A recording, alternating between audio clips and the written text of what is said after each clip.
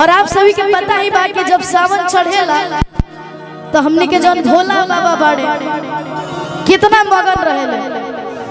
और कहल जाला कि देवघर के बाद अगर सबसे ज्यादा कहीं जल चढ़ावे खातिर भीड़ होला तो बाबा परमेश्वर नाथ में ही होला, माने एजा ही होला।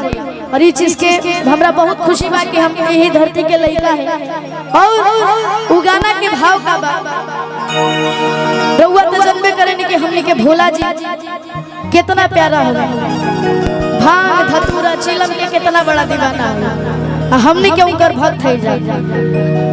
तो गौरा जी कैसे कहता रही उनकरा से परेशान होके कि हमारा के नहीं हर अरे बुला लिया। पार्वती जी कैसे कहता रही कि हमारा के नहीं हर अरे बुला लिया। अब भोला रोज भांग पी के करेले लेकिन अबे के बाकी से कि हमारा के नहीं हर बुला लिया, हमारा के नहीं हर बुला लिया। भोला रोज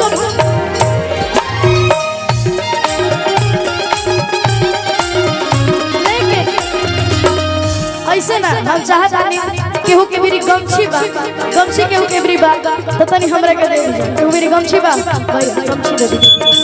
कैसे कहे के बा चल मिल गई कहे कि जब भोजपुरी गाओ तनी तो पूरा गाँव में गावे के बा। कैसे ए अम्मा जी हमारा के नहीं हर बुला लिया, हमारा के नहीं हर बुला लिया।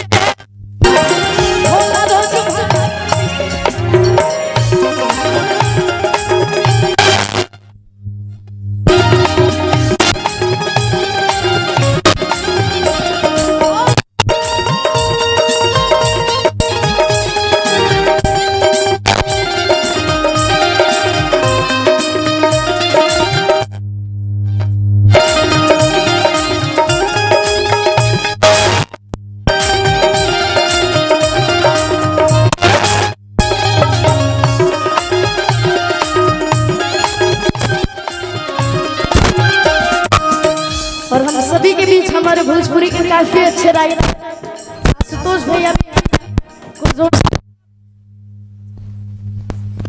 ताली बजा दीजिए। और हमारे विक्की भैया काफी अच्छे अनाउंसर और हम चाहते हैं आप आ जाइए जरा, काफी अच्छी क्रिएटर तमन्ना दी। कैसा लगा थोड़ी बढ़िया लगा था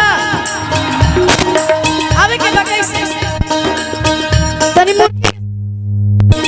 सब की सब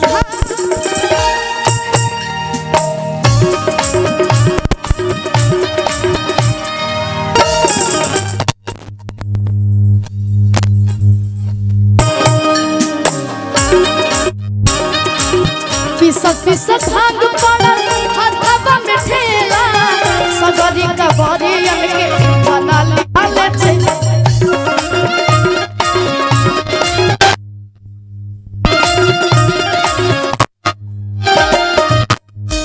पिसक भांग पड़ल हथवा में ठेला सगरी का बरियन के बना ले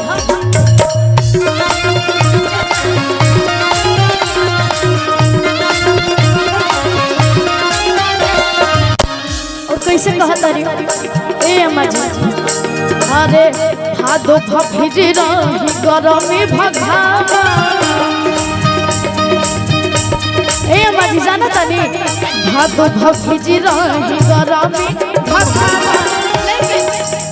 ऐसे ना हम चाहता नहीं सब लोग जे हमरा भोला बाबा के मानेला, जे बाबा परमेश्वर नाथ के मानेला, तनी सब लोग होने से सब लोग तनी दूर हाथ के उठा के हमरा साथे झूमी कि भोला रोज भांग पी के करे।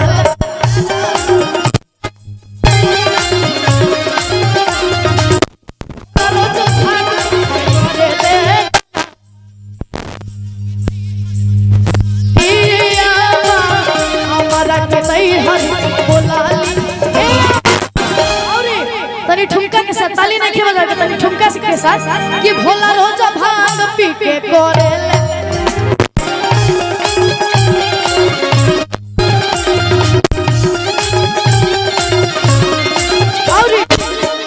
रहे के घर नहीं खे बती रहे के घर नहीं खे बती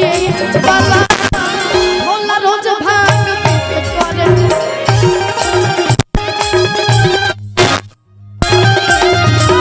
हमारा के नहीं